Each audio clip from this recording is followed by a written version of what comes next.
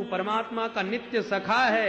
जो भी संबंध जीव का बने, सदगुरु वह संबंध स्मरण दिला के ये गिड़गिड़ाना, ये दुख की राशि इसके दल दल से हमेशा के लिए दूर कर देता है और हमको अपना वह ब्रह्म स्वरूप स्मरण में आ जाता है। ब्रह्मविद ब्रह्मैव भवति। जो शेर का बच्चा जान गया कि मैं शेर हूं, बस शेर ही है, फिर कमी थोड़ी है। वो भी शेर, ये भी शेर। उसी प्रकार जब तक हम भूले हैं तभी तक भेड़ हैं। याद आ जाए, स्वरूप का बोध हो जाए तो शेर है। माया की प्रबलता ने हमारे स्वरूप को हमें बिल्कुल भुला दिया है।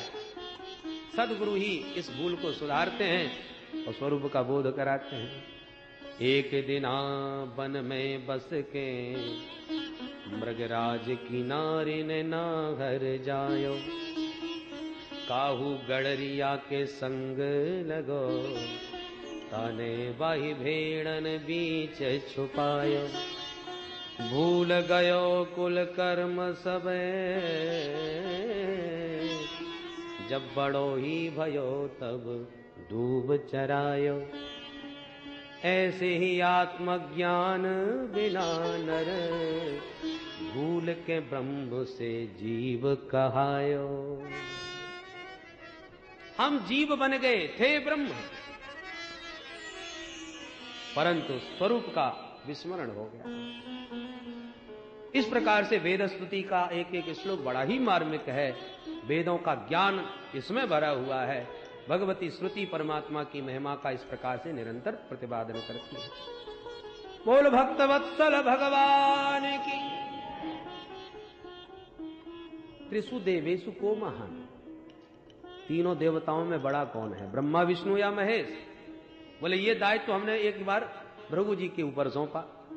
अब भृगु जी तीनों देवताओं की परीक्षा करते हुए बढ़े। ब्रह्मा जी को प्रणाम नहीं किया तो वो लाल पीले हो गए। शिव जी से आलिंगन नहीं किया तो शिव जी मारने को दौड़े। परंतु नारायण की तो छाती में जाके लात मार दी भृगु जी ने। तो तुरंत भगवान खड़े होकर के चरण दबाने लगे। अतीव कौमलौ तात चरणौ ते महामुने, इत्युक्ता विप्र चरणौ मर्दयन स्वेन पाणिना। भगवान चरण सहलाते हुए बोले, महाराज मेरा हृदय बड़ा कठोर है और आपके सुकुमार चरणों में प्रहार करते समय यदि पीड़ा हो गई हो तो मेरी धृष्टता को क्षमा करें महाराज। भृगु जी तो गदगद हो गए। जय हो प्रभु। सबके बीच में घोषणा कर दी, मेरी दृष्टि में श्रीमन नारायण प्रभु से महान कोई देवता नहीं। परीक्षित ने पूछा कि एक बात बताओ महाराज, भोले बाबा महाफक्कड़ देवता और उनके शिष्य भक्त जितने भी मिलेंगे सब करोड़पति मिलेंगे, धनवान। और लक्ष्मीपति नारायण के भक्त जितने मिलेंगे सब निर्धन। ऐसा क्यों होता है, उल्टा क्यों है ये? देवासुर मनुष्येषु ये भजन्ते शिवम शिवम प्रायस्ते धनिनो भोजात न तु लक्ष्म्यापतिम हरि। श्री सुखदेव जी कहते हैं, परीक्षित भोलेनाथ हमारे अवगढ़ दानी है, जिसने जो मांगा हृदय के पिंड छोड़ा। पर भगवान नारायण ऐसा नहीं करते। निरीक्षण परीक्षण करके जब उचित पात्र समझते हैं तब कुछ देते हैं। एक बार तो हमारे भोले बाबा से एक असुर ने, बृकासुर नाम के दैत्य ने क्या मांगा कि जिसके सिर पर हाथ रख दूं वो भस्म हो जाए। यस्य यस्य करे शीष्णी दास्य समरियतामिति। और भोले बाबा ने तुरंत कह दिया, तथास्तु जाओ। उसी का नाम हो गया भस्मासुर। उसने जब भोले बाबा के वामांग में विराजमान भवानी को देखा तो गौरी हरण लालसा, भवानी का ही हरण करने का विचार बनाने लगा और भोलेनाथ की तरफ हाथ बढ़ाया। भोलेनाथ ने कहा, क्या कर रहा है भाई? जा, वरदान मिल गया। बोले महाराज वरदान तो मिल गया, जरा प्रैक्टिकल करके तो देखूं, प्रयोग करके देखूंगा। भोलेनाथ ने कहा, मेरा वरदान मेरा ही सिर मिला तेरे को। बोले महाराज वरदान आपका है तो प्रयोग तो आप पर ही करूंगा। अब भोले बाबा भाग खड़े हुए, तो बड़ा दुष्ट है। अब आगे भोले बाबा, पीछे भस्मासुर। हे गोविंद रक्षा करो इस दुष्ट से। भगवान समझ गए आज बाबा चक्कर में पड़े हैं, बहुत तथास्तु कह देते एक मिनट में बिना सोचे। जब बहुत भागे भागे परेशान, तब भगवान नारायण बटुक बामन बन के प्रकट हो गए रास्ते में। शाकुनेय भवान व्यक्त श्रांत किम दूरमागत क्षणम विश्रम्यताम तात आत्मायम सर्वकाम धुक। अरे भाई शकुनी नंदन प्रकाशुर भस्मासुर, कहां भागा जा रहा है तू? बकासुर ने सोचा कि नेक सा ब्रह्मचारी मेरे बाप का भी नाम जानता है। पहले तो बोला मैं इस समय बहुत जल्दी में हूं, तुमसे बातों में उलझ जाऊंगा तो शंकर भाग जाएगा। ओहो, तो शंकर के पीछे भाग रहे हो? ए शिव शंकर, खबरदार, एक कदम आगे बढ़े। भोले बाबा तुरंत खड़े रह के पीछे मुड़ के देखा, भगवान ने इशारा किया, बाबा डट जाओ। समझ गए प्रभु की कुछ लीला प्रारंभ हो गई, तो भोले बाबा खड़े हो गए। बकासुर ने सोचा है ब्रह्मचारी करामाती है, एक फटकार में शंकर को खड़ा कर दिया इसने। थक भी गया हूं, भाग भाग के थोड़ा आराम भी कर लूंगा इस बहाने। सुबटुक के पास आकर के बकासुर बोला, कहिए कैसे बुलाया हमको? भगवान बोले, भैया शरीर है तो सब कुछ है, और एक तुमको देखो पसीना में लथपथ हो फिर भी भागे चले जा रहे हो, क्या आफत है ऐसी? पूरी कहानी सुनाई। वो इसने मेरे को वरदान दिया, भाग रहा है। ओहो, तो मेरी तरह तुम भी चक्कर में पड़ गए इसके? क्या मतलब? बोले मतलब यह है कि तेरी तरह मैंने भी इसे एक दिन वरदान मांगा था, और बिल्कुल यही वरदान मांगा था, जिसके सिर पे हाथ रखूं वो भस्म हो जाए, पर इतना झूठा है। मेरे से कह दिया तथास्तु, अब रोज अपने सिर पर खोपड़ी पर पटकता हूं हाथ, कहीं कुछ नहीं होता। ये तो भांग के नशे में मस्त रहता है, चाह कुछ मुंह से कह देता है, होता जाता, कहीं कुछ नहीं, और तुम फालतू में इसके पीछे भाग रहे हो। बकासुर बोला, क्यों ब्रह्मचारी, हमको बिल्कुल पागल समझ रखा है क्या? अरे वरदान झूठा होता तो ये ऐसे प्राण बचा के क्यों भागता? भगवान बोले, बस यही विशेषता है इसमें, ये तुम्हें पूरा विश्वास दिलाना चाहता है कि मेरा वरदान सच्चा है, और ये तो भांग के नशे में भाग रहा है, और तुम फालतू में अपना शरीर बर्बाद कर रहे हो। अच्छा, तो ये झूठ भी बोलता है? पर एक बात बताओ, कुछ समझ में नहीं आ रही मेरी बात। भगवान बोले, तो यूं समझो, यदि सिर पर हाथ रख दे एकदम भस्म हो जाता है क्या? ऐसा थोड़ी होगा। सिर के ऊपर हाथ रखना, थोड़ा सा, थोड़ी यदि गर्मी सी मालूम पड़े तो समझना खतरा है, और कुछ ना समझ में आवे तो समझ लो झूठा है। बोले, हाँ ये बात तो कुछ समझ में आ गई। रखो जरा सिर के ऊपर हाथ। बोले, किया, कुछ गर्मी लगी? बोले, कुछ नहीं। बोले, और नीचे लाओ। अब लगी? बोले, नहीं। तो और नीचे लाओ। अब लगी? बोले, नहीं। अरे तो रख दो, कुछ नहीं होने वाला। उसने पट्ट दी से हाथ रख दिया, और एक हाथ रखते ही गोविंदाय नमो नमः, राख का ढेर बन गया। बोले बाबा दौड़े दौड़े आए, जय हो सरकार, बड़ी कृपा करी आपने, नहीं आज तो मेरी आफत आ गई होती।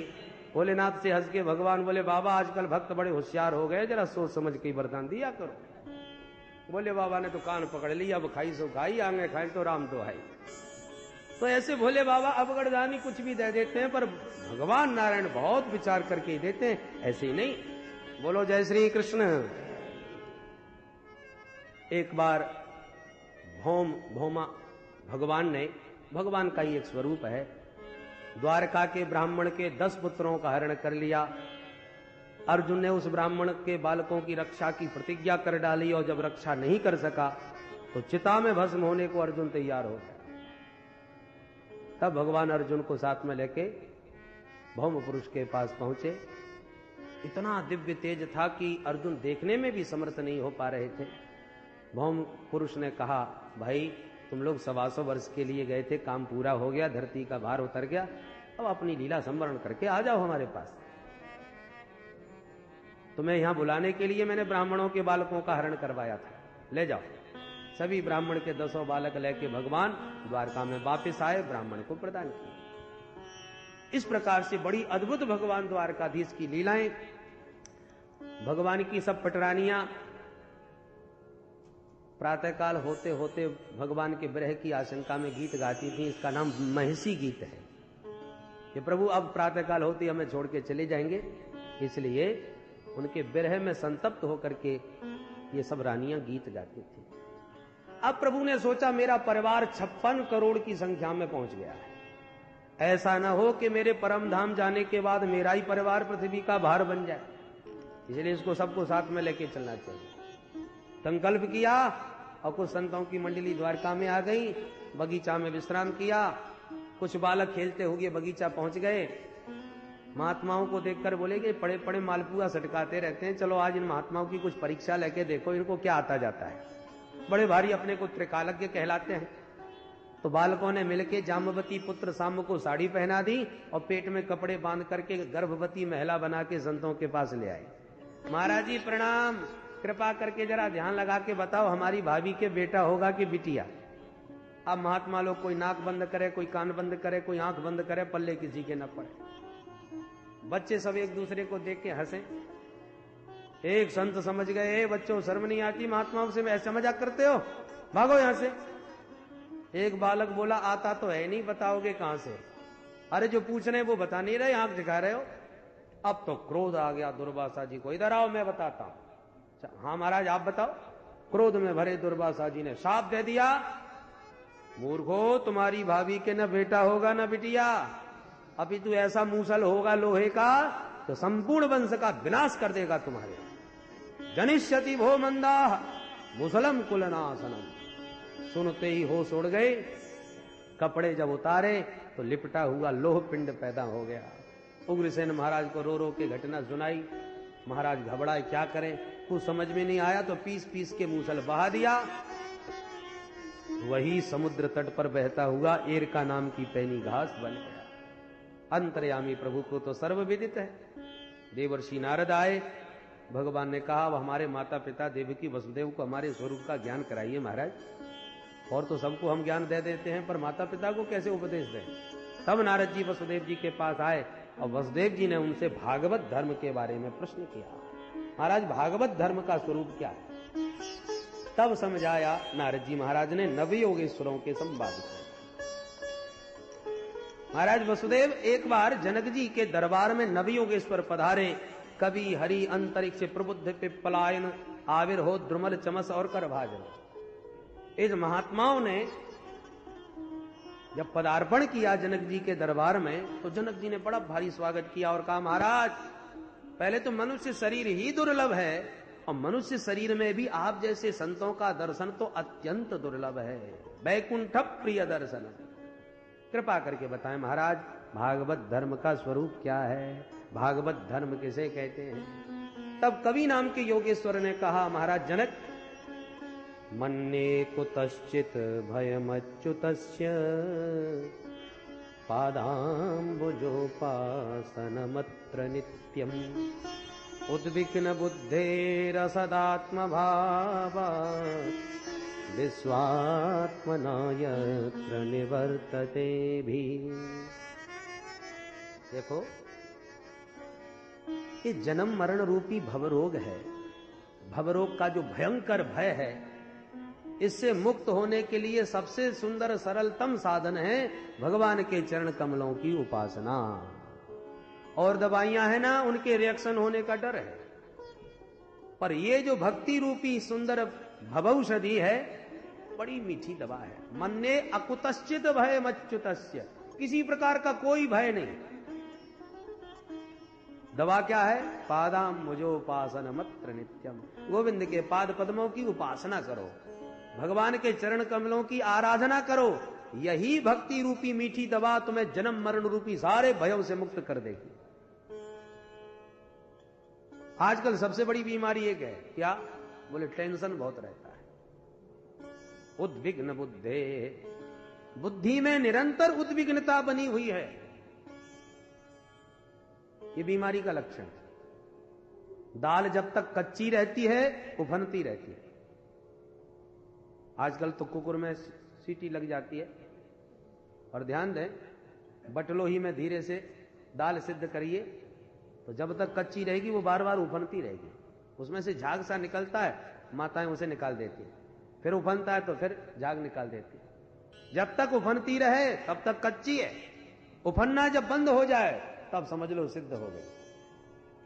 उसी प्रकार जब तक आपकी बुद्धि में ये उद्विग्नता बनी हुई है, चित्त में निरंतर अशांति बनी हुई है, ये जो उफान उठ रहा है बार बार, मन और बुद्धि में उद्वेग जो है, समझ लो दाल अभी कच्ची है हमारी, अभी हम सिद्ध नहीं हुए, असिद्ध हैं। और जब उफनना बंद हो जाए तो समझ लो अब सिद्धत्व की प्राप्ति हो गई।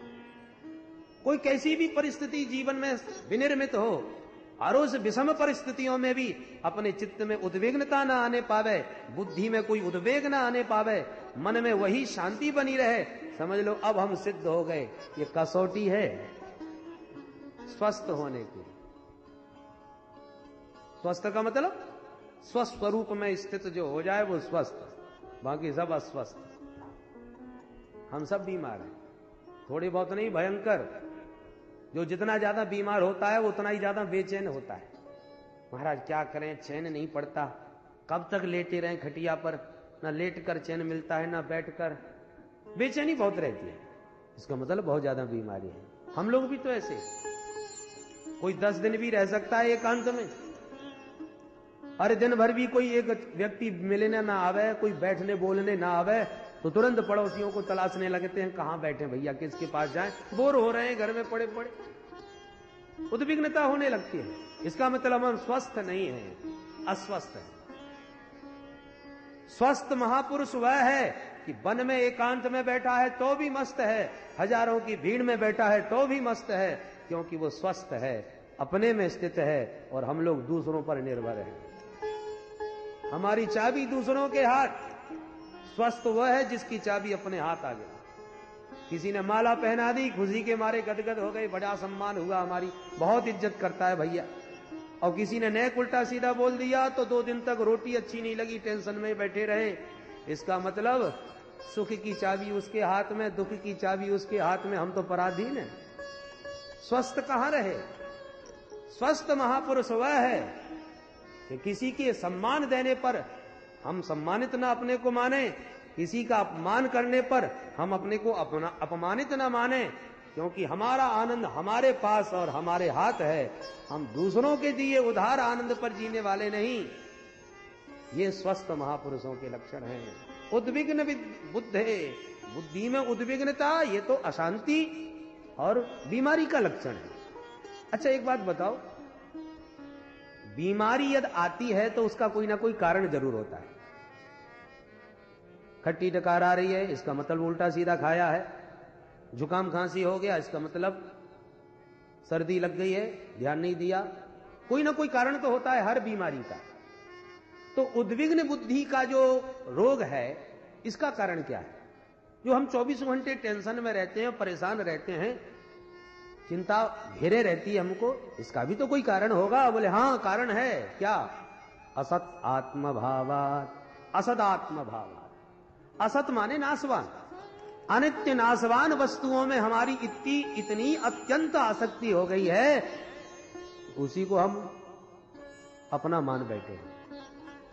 असत में आत्मभाव, मकान मेरा, दुकान मेरी, परिवार मेरा, पत्नी मेरी, पुत्र मेरा, ये मेरा मेरा जहां जहां हमने जोड़ रखा है, उसी में ममता बांध रखी है, उसी असत में हमारी आत्मबुद्धि हो गई है। अब मकान फूट गया तो हाय मैं मर गया, पत्नी मर गई तो हाय मैं मर गया। तू कहां से मर गया? पर तूने उन असत वस्तुओं में आत्मभाव कर रखा था, इसलिए उनके मरने में तू अपना ही मरना समझ रहा है। असद आत्मभाव, यही बीमारी की मूल जड़ है। और होम्योपैथिक में जड़ को पकड़ा जाता है, फिर मीठी मीठी दवा खिला के इलाज किया जाता है। जड़ पकड़ो, लक्षण देखो। बीमारी का लक्षण पकड़ में आ जाए तो कारण पर जाओ, क्यों बीमारी पैदा भई, कारण को पकड़ो। तो अशांति की यदि व्याधि आपके जीवन में है, इसका मतलब कहीं ना कहीं असत वस्तुओं में आपका आत्मभाव है, अत्यंत प्रीति है। इसी से यह टेंशन रूपी बीमारी पैदा भई। तो महाराज अब ये बताओ, ये बीमारी ठीक कैसे होगी? पादाम्बुजोपासनमत्र नित्यम। मीठी दवा एक ही है, गोविंद के पाद पद्मों का आश्रय लो, सबके ममता ताग बटोरी। ये जो ममता की रस्सी आपने इधर उधर फैला रखी है, इन सबको खोलो और गोविंद के पाद पद्मों में अपने चित्त को, मन को जोड़ो। बस वो मीठी दवा आपको ये सारी बीमारी ठीक कर देगी। अच्छा पता कैसे चलेगा कि हम स्वस्थ हो गए? आखिर के दवा सेवन का भी तो कोई समय होना चाहिए। कितने दिन तक दवाई खानी पड़ेगी, कितने दिन में फायदा होगा? बोले फायदे के लक्षण ये हैं कि विश्वात्मना यत्र निवर्तते भी, विश्व की समस्त आत्माएं सब अपना, सब में प्रीति हो जाए, कोई भी हमें पराया नजर ना आवे, सब में स्नेह प्रीति इतनी हो जाए कि किसी से भी मन में डर न रहे। व्यक्ति कब डरता है? जब किसी को पराया समझता है, किसी से द्वेष मन में होता है। जब मन में द्वेष होगा तब भय होगा कि वो हमारा शत्रु हमारा कुछ अहित न कर दे। पर जब विश्व की समस्त आत्माओं में अपनत्व, वही प्रीति, वही सीताराम जी का दर्शन होने लगेगा तो भय करोगे किससे? सिय राम मैं सब जग जानी, सिय राम मैं सब जग जानी, करहु प्रणाम जोरी जुग पानी, करहु प्रणाम जोर जुग पानी, सिय राम मैं सब जग जानी, सिय राम मैं सब जग जानी। बोल भक्त वत्सल भगवान की। इस प्रकार से क्रमशः नव योगेश्वरों ने बड़ा सुंदर उपदेश जनक जी को दिया। भागवत वैष्णवों के कितने प्रकार होते हैं, कितने प्रकार के भक्त होते हैं, उनका भेद बतलाया। उत्तम, मध्यम और प्राकृत। माया का स्वरूप क्या है? अंतरिक्ष महाराज ने बतलाया। माया से बचने का उपाय क्या है? प्रबुद्ध महापुरुष ने बताया। जो प्रबुद्ध माने जगा हुआ, जो जगा हुआ है वही दूसरे को जगा सकता है। इसलिए सदगुरु का आश्रय लो, वही तुम्हें जगाएगा, क्योंकि वो स्वयं जगे हुए हैं। प्रबुद्ध महाराज ने बतलाया। आत्मा का स्वरूप क्या है? पिप्पलायन ऋषि ने बतलाया। महाराज अजितेंद्रिय पुरुषों की गति क्या है? ये आविर्होत्र जी महाराज ने बताया। भगवान के अवतारों की गणना विस्तार से द्रुमिण जी ने बतलाई। और हर युग में भगवान का किस किस रूपों में अवतरण होता है, युगों का धर्म और स्वरूप श्री करभाजन ऋषि ने विस्तार से बतलाया। और नवयोगेश्वरों के माध्यम से श्री देवर्षि नारद ने वसुदेव जी को उपदेश दिया और स्पष्ट कहा कि अब श्री कृष्ण में अपत्य बुद्धि मत रखो, वो साक्षात नारायण हैं, उनसे प्रीति करो, उनके स्वरूप को समझो। और यूं कह के नारद जी अंतर्धान हो गए। भगवान को लगा कि अब अपने राम को भी चलना चाहिए। देवताओं ने भी आके कहा सरकार समय पूरा हो गया, हम लोग स्वागत के लिए तैयार खड़े हैं। एकांत में उद्धव जी बोले सरकार मैं समझ गया, आप चलने की तैयारी में हो, मैं आपके साथ चलूंगा, आपके बिना नहीं रहूंगा। भगवान बोले नहीं मित्र, तुम्हें तो रहना पड़ेगा, मेरे भक्तों का तुम्हें अवलंब बनना है। अरे सरकार आपके बिना मैं कैसे रहूंगा? भगवान बोले हम बताते हैं। और तब उद्धव जी को भगवान ने संन्यास धर्म का बड़ा अद्भुत उपदेश दिया। संसार में कैसे रहना चाहिए ये महामुनि दत्तात्रेय के 24 गुरुओं से सीखिए। 24 गुरु बनाए? बोले हाँ। कौन कौन? पृथ्वी वायुराकाश आपोग्नि चंद्रमा रवि कपोतो जगर सिंधु पतंगो मधुप्रद गजः मधुहा हरिणो मीना पिंगला कुररोर्भक कुमारी सरकृत सर्प ऊर्णनाभि सुपेशकृत। अब एक एक क्या क्या सीखा किन किन गुरु से, एक एक का अलग अलग वर्णन बहुत विस्तार से किया। पर अब समय की मर्यादा संपन्न हो रही है, इसलिए विस्तार नहीं कर पा रहे, सूत्रात्मक ढंग से श्रवण करें। पृथ्वी से सहनशीलता सीख ली, पृथ्वी का नाम ही क्षमा है। वायु से निष्पृहता सीख ली, आकाश के समान परमात्मा अनंत और व्यापक है, ये हमने सीख लिया। सूर्य भगवान से सीखा कि गर्मियों में किरण से रस लेते हैं, सविता गो भी रसम भूंगते, और उन्हीं किरणों से वही रस वनस्पतियों में बिखेर देते हैं।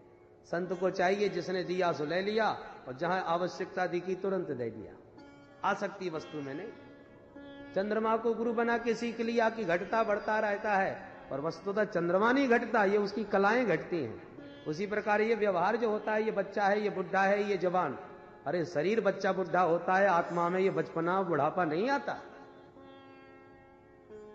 सर्प को गुरु बना के सीख लिया कि चूहा ने बिल खोदा और सर्प चैन से रहा, क्या हिम्मत जो चूहा सर्प को निकाल दे। संत को भी ऐसा ही मौजी होके रहना, घूमना चाहिए। दुनिया वालों ने बहुत बना रखा है, जहां मन लगे तहां रहो, मन उचट गया चलते बनो, अपने लिए निर्माण आदि के चक्कर में न पड़ो। निर्माण करोगे आसक्ति बढ़ेगी, फिर उसकी व्यवस्था में चित्त चंचल होगा। अकेतनवासी बनना मैंने सर्प से सीखा। भौरे को भी गुरु बना लिया और उससे माधुकरी वृत्ति लेना सीखा। मधुकर भौरा एक एक कण पुष्प से लेके मस्त रहता है और पुष्प भी विकसित होता है उसे देखकर। उसी प्रकार संत को चाहिए 2-2 रोटी सब घर से मांग ले तो मस्त खाएगा और मस्त रहेगा, और एक ही घर का रोज अतिथि बन के पहुंच जाए तो गृहस्थ को भार बन जाएगा। इसलिए माधुकरी वृत्ति से जीवन यापन करें। हाथी को गुरु बना के सीख लिया। पदापि युवतिर भिक्षुर्न स्पृशेत दारमीमपि। काठ की स्त्री का भी सन्यासी को स्पर्श नहीं करना चाहिए, क्योंकि हाथी काठ की हथनी को दिखाकर गड्ढा खोदकर, ये जंगल में हाथी पकड़ने वाले ऐसी हाथी को गड्ढे में पटकवाते हैं और हथनी से मिलने के चक्कर में हाथी गड्ढे में गिरता है। संत भी सावधान रहे, स्त्री का स्पर्श भूल के भी न करे, और माताओं का भी धर्म है संतों को दूर से ही हाथ जोड़ के दंडवत किया जाए। ये हाथी को गुरु बना के सीखा। एक मृगी को भी गुरु बना लिया साहब। क्या सीखा? बोले एक ने बंसी बजाई, वो सुन के मस्त हो गई, उसी ने बाण मार के मार डाला। उसे गुरु बना के सीख लिया। ग्राम्य गीतम न श्रृणुयात्। संत को श्रृंगारिक गीतों का श्रवण नहीं करना चाहिए। संगीत से प्रेम है तो संतों के पदों का श्रवण करे, गोविंद की दिव्य माधुर्य पूर्ण लीलाओं का श्रवण करे, श्रृंगारिक ग्राम्य गीत न सुने। हमने एक मधुमक्खी को गुरु बना लिया। क्या सीखा महाराज? पूरे जिंदगी भर शहद इकट्ठा किया एक एक कण चुन के, और जब बहुत शहद दिखाई पड़ा तो एक आकर के तोड़ के ले गया, तमाम मक्खी मर गई। मैंने उसे गुरु बना के सीखा कि संत ज्यादा संग्रह करेगा, किसी की दृष्टि पड़ गई कि इतना माल है महाराज जी पर, सो हाथ पैर तोड़ जाएगा, माल भी ले जाएगा। इसलिए भगवान ने खूब संसार में जगह जगह तमाम व्यवस्थाएं कर रखी हैं। मौज से मस्त होकर के घूमे। संग्रह करना माने अपने ऊपर संकट मोल लेना है। ये हमने मधुमक्खी से सीखा। हमने तो एक वैश्या को भी गुरु बना लिया। उससे क्या सीखा महाराज? बोले सजी धजी बैठी रही, 24 घंटे तक कोई नहीं आया उसके पास फटकने। उसे बड़ी ग्लानि हो गई कि कितनी प्रतीक्षा परमात्मा से मिलने की करती तो परमात्मा मिल जाते, और हाड़ मास के पुतलों की मैं प्रतीक्षा में बैठी रहती हूं सजी हुई। उसने सारी दुनिया की आसक्ति त्याग करके जब भीतर गई तो सुखम सुस्वाप पिंगला, खर्राटे बजा के सोई। उसे बड़ा विश्राम मिला। मैंने उसे गुरु बना लिया। आशा ही परमम दुखम नैराश्यम परमम सुखम। संसारी जनों से बहुत ज्यादा उम्मीदें करोगे, आशाएं करोगे, तो परिणाम में दुख के अलावा कुछ नहीं मिलने वाला। इसलिए आशा करनी है तो आशा एक राम जी से, दूजी आशा छोड़ दे। नाता एक राम जी से, दूजा नाता तोड़ दे। साधु संग राम रंग, अंग अंग रंगिए, और जाही विद राखे राम ताही विद रहिए। मस्त रहने का ये सूत्र है। संसारियों की आशा कष्ट के अलावा कुछ नहीं देने वाले। ये पिंगला वैश्या से हमने सीख लिया। बाण बनाने वाले को हमने गुरु बनाया कि बाण की नोक में इतना मस्त हो गया कि बैंड बाजे की सवारी निकल गई, पता तक नहीं चला। मैंने उसे गुरु बना के सीख लिया। संत का ध्यान ऐसा होना चाहिए, इतनी एकाग्रता मन पे। अंत में हमने एक भृंगी कीट को गुरु बना लिया कि मिट्टी में कैद कीड़े को जब कैद कर दिया तो कीड़ा भृंगी का भयाक्रांत होकर चिंतन करते करते स्वयं भृंगी बन गया। उसको गुरु बना के सीखा, जैसा चिंतन करोगे वैसा ही बनोगे। भगवान के दिव्याति दिव्य रूप का सतत ध्यान करो, चिंतन करो, तो आपके मुखमंडल पर भी वही दिव्यता आभा तेज प्रकट होने लगेगा, तद्रूपता आने लगेगी। और भूतों की उपासना करोगे तो सकल भी भूतों जैसी ही हो जाएगी। बड़े बड़े तांत्रिकों का महाराज बड़ा भयंकर चेहरा देखने में ही अलग समझ में आ जाता है। बोलो जय श्री कृष्ण। इस प्रकार से श्री दत्तात्रेय मुनि कहते हैं कि हमने 25वां गुरु तो इस शरीर को भी बना लिया। इस शरीर को हम कहते हैं हमारा है, माता पिता कहते हैं हमारा बच्चा है, पैदा हमने किया है। अग्निदेव कहते हैं स्वाहा, तो हम ही करेंगे इनको। हिंसक जानवर कहते हैं हमारा भोजन है, न जाने कब खाने को मिले। और इसी शरीर में जुएं आदि भी घुसे बैठे हैं, वो कहते हैं हमारा मकान है, इसमें हम रहते हैं। और महाराज किसी भी तीर्थ में जाओ, वहां के पंडे कहते हैं हमारा जजमान है, खबरदार जो किसी ने हाथ लगा दिया। नाई कहता है हमारा जजमान, हम ही बाल बनाएंगे। जिसके यहाँ नौकरी करते हैं वो सेठ जी कहते हैं हमारा नौकर है। अब बताओ हम लोग कितनी जगह बटे हुए हैं। जब इस शरीर पर ही हमारा एकाधिकार नहीं, जहां देखो वहीं कोई ना कोई हमारे शरीर का मालिक मिल जाता है, तो जब शरीर ही हमारा नहीं हुआ तो ईंट पत्थरों के जो मकान बनाए बैठे हैं ये हमारे कैसे हो सकते हैं। जिसको लेके पैदा हुए वो भी हमारा नहीं, उसको भी यहीं छोड़ के जाना पड़ता है। कितना मिथ्याभिमान जीव को जगत में बांधे बैठा है, ये शरीर से मैंने सीखा है। तो जिसका विवेक जाग गया हो वो महापुरुष जहां भी जाए, किसी से भी जहां उसकी दृष्टि जाएगी वहीं से कुछ ना कुछ सीख लेगा, क्योंकि गुण और दोष से ही सारा जगत बना है। संत हंस गुण गहे पय परिहरि भारी विकार। गुणग्राही होते हैं महापुरुष, जहां से भी मिले सीख लेते हैं। पापी से पापी व्यक्ति भी